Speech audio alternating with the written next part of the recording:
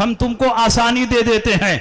बुखारी में भी दिखाओ, मुस्लिम में भी दिखाओ, तिरमिजी में भी दिखाओ, अबू दाऊद में भी दिखाओ, नसई में भी दिखाओ, इब्ने माजा में भी दिखाओ। अगर सिहाए सित्ता में हिंदुस्तान का कोई भी गैर मुकल्लिद सीने पर हाथ बांधने वाली हदीस दिखा दे तो मैं 1 लाख रुपया इनाम देने के लिए तैयार। वाह वाह, अल्लाहु अकबर, या रसूल अल्लाह। इसलिए आप इनके धोखे में ना आए। ये सिर्फ हदीस का नाम लेते हैं, हदीस पर अमल नहीं करते। सही मानों में हदीस पर अमल करने वाले हम हैं, कुरान पर अमल करने वाले हम हैं, नबी की सुन्नत पर अमल करने वाले हम हैं।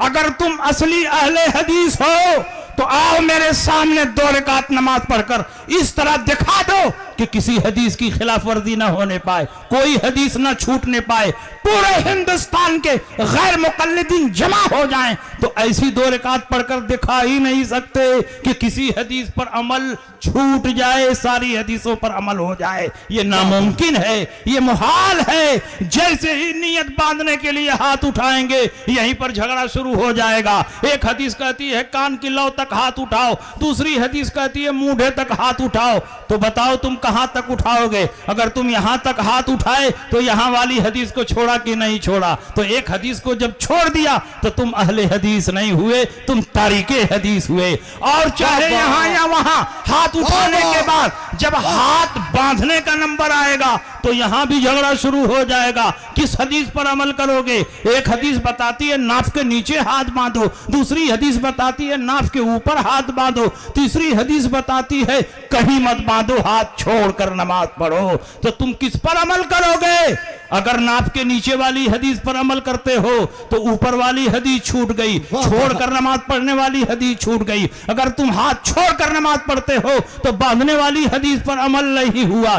जब भी एक हदीस पर अमल करोगे तो उसके खिलाफ जो हदीस होगी वो छूट जाएगी। 3 हदीसों को छोड़कर तुम अपने आप को अहले हदीस कहते हो? तुम तो तारीके हदीस हो, तुम मुनकिरे हदीस हो, तुम हदीस पर अमल नहीं करते, तुम अपनी तबीयत पर अमल करते हो। अल्हम्दुलिल्लाह हम लोगों को यह तकल्लुफ की जरूरत नहीं है। जहां जहां हदीसों में टकराव होता है तो हम ये तलाश करते हैं कि रसूलुल्लाह की सुन्नत क्या है, इसलिए कि हम अहले हदीस नहीं हैं, अहले सुन्नत हैं। जब बात बांधने का नंबर आया तो हमने देखा कि 4 हदीसें मौजूद हैं। एक हदीस बताती है नाफ के नीचे हाथ बांधो, एक हदीस बताती है नाफ के ऊपर हाथ बांधो, एक हदीस बताती है हाथ छोड़कर नमाज पढ़ो, और एक हदीस जो सबसे ज्यादा ज़ईफ और कमजोर है वो ये है कि सीने पर हाथ बांधो। तो ज़ईफ लोगों ने इसी ज़ईफ हदीस को पकड़ लिया और कहा हम इसी हदीस पर अमल करते हैं।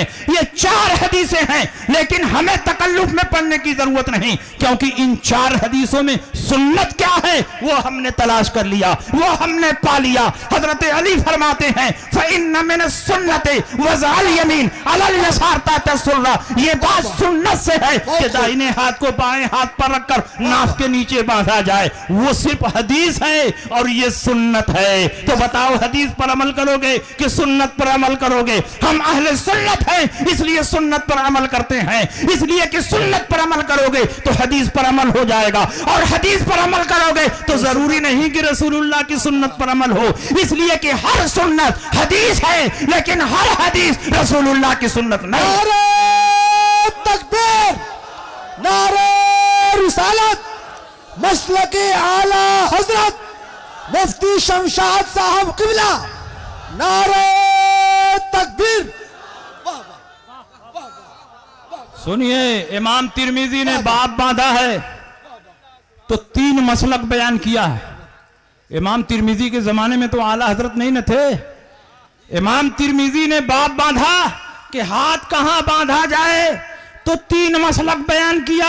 पहला मसलक अबू हनीफा और उनके मानने वालों का, और वो हाथ के नीचे बांधते हैं। दूसरा मसलक इमाम शाफई और उनके मानने वालों का, वो नाफ के ऊपर हाथ बांधते हैं। तीसरा मसलक इमाम मालिक का, वो हाथ छोड़कर नमाज पढ़ते हैं। इमाम तिरमिजी ने चौथा कोई मसलक ही नहीं बयान किया, चौथी कोई हदीस ही नहीं बयान की। अगर चौथी कोई हदीस साबित होती और चौथा कोई मसलक साबित होता तो इमाम तिरमिजी इतने बड़े मुहद्दिस हैं, लाखों हदीसों के हाफिज हैं, वो जरूर फरमाते दे कि चौथा मसलक फला का है और वो है सीने पर हाथ बांधना, लेकिन ये उन्होंने नहीं बयान किया। इसका मतलब उनकी नजर में सिर्फ 3 हदीसें साबित थी, चौथी हदीस साबित नहीं है। जो साबित नहीं है उसी पर ये नासाबित अमल कर रहे हैं। जिस हदीस का कोई वजूद नहीं है उसी हदीस पर ये अहले हदीस अमल कर रहे हैं। जो हदीस ज़ईफ और कमजोर है, जो हदीस मुनकर है, उसी हदीस पर ये अमल कर रहे हैं। मैं तुमसे पूछना चाहता हूं, बात बात पर हमसे बुखारी की हदीस का मुतालबा करते हो। तुम कहते हो मिलाद जायज है तो बुखारी में दिखाइए, सलाम जायज है तो बुखारी में दिखाइए, क़याम जायज है तो बुखारी में दिखाइए, कब्र पर चादर डालना जायज है बुखारी में दिखाइए, फातिहा करना जायज है बुखारी में दिखाइए, इसाले सवाब जायज है बुखारी में दिखाइए। मैं तुमसे पूछना चाहता हूं कि क्या तुम भी बुखारी में दिखा सकते हो सीने पर हाथ बांधना जायज है तो बुखारी में दिखाओ। पूरे दुनिया के गैर मुक़ल्लिद जमा हो जाए तो सीने पर हाथ बांधने की एक ही हदीस भी सिहाह सित्ता में नहीं दिखा सकते। बुखारी में क्या दिखाएंगे? तिरमिजी में भी नहीं, मुस्लिम में भी नहीं, अबू दाऊद में भी नहीं, इब्ने माजा में भी नहीं, मुस्नद इमाम अहमद इब्ने हंबल में भी नहीं, बैहक़ी में भी नहीं, दारमी में भी नहीं, मुअत्ता इमाम मालिक में भी नहीं, किताबुल आसार में भी नहीं, सुनन में भी नहीं। इनकी एक किताब है सही इब्ने खुज़ैमा। एक गैर मुक़ल्लिद से पूछा, बताओ हमसे बात बात पर रसूल पाक की हदीस का मुतालबा करते हो और वो भी बुखारी वाली हदीस चाहिए। ऐसा लगता है कि रसूल पाक ने अपने जमाने में फरमाया था कि सिर्फ बुखारी की हदीस पर अमल करना और किसी हदीस पर अमल न करना। अगर रसूल पाक का ऐसा कोई कौल हो तो पेश करो। नबी के जमाने में न बुखारी शरीफ थी न इमाम बुखारी थे। 3री सदी हिजरी में बुखारी लिखी गई, 3री सदी हिजरी में इमाम बुखारी पैदा हुए। मेयार ये नहीं है बुखारी में दिखाओ, मेयार ये होना चाहिए कि सही हदीस में दिखाओ। सही हदीस जहां मिलेगी वहां वहां अमल होगा। इमाम बुखारी को 1 लाख सही हदीसें याद थी। ये तुम भी लिखते हो, हम भी लिखते हैं। पूरी दुनिया के उलमा का इस बात पर इजमा और इत्तेफाक है कि इमाम बुखारी को 1 लाख सही हदीसें याद थी। लेकिन बुखारी शरीफ में कुल 8,500 हदीसें हैं। तालिकात और मुकर्ररात को निकाल दिया जाए तो कुल 4,500 हदीसें हैं। बाकी 95-96 हजार हदीसें कहां चली गई? जब 1 लाख सही हदीसें याद थी तो बुखारी में 1 लाख नहीं है, कुल 4-5 हजार हदीसें हैं। बाकी 95 हजार हदीसें कहां गई? तो मानना पड़ेगा जैसे बुखारी में सही हदीस है, मुस्लिम में भी है, तिरमिजी में भी है, अबू दाऊद में भी है, नसई में भी है, इब्ने माजा में भी है, किताबुल आसार में भी है, मुअत्ता इमाम मालिक में भी है, मुअत्ता इमाम मोहम्मद में भी है। जहां जहां रसूल पाक की सही हदीस मिलेगी वहां वहां हम अमल करेंगे। हमने इमाम बुखारी का कलमा नहीं पढ़ा, हमने रसूलुल्लाह का कलमा पढ़ा है। जहां जहां रसूल पाक की सही हदीस मिलेगी वहां वहां हम अमल करेंगे। नारे तकबीर, नारे रिसालत, मुफ्ती शमशाद साहब क़िबला, मसलके आला हजरत, नारे तकबीर। वाह वाह। बात बात पर बुखारी की हदीस का मुतालबा करने वालों, तुम बताओ सीने पर हाथ बांधने की कौन सी हदीस साबित है? तुम हमसे बुखारी का मुतालबा करते हो, हम तुमको आसानी दे देते हैं। बुखारी में भी दिखाओ, मुस्लिम में भी दिखाओ, तिरमिजी में भी दिखाओ, अबू दाऊद में भी दिखाओ, नसई में भी दिखाओ, इब्ने माजा में भी दिखाओ। अगर सिहाह सित्ता में हिंदुस्तान का कोई भी गैर मुक़ल्लिद सीने पर हाथ बांधने वाली हदीस दिखा दे तो मैं 1 लाख रुपया इनाम देने के लिए तैयार। वाह वाह, अल्लाहु अकबर, या रसूल अल्लाह, जिंदाबाद जिंदाबाद जिंदाबाद। वाह वाह वाह वाह। बार बार के मुतालबे के बाद इन्होंने कहा सही इब्ने खुज़ैमा में है।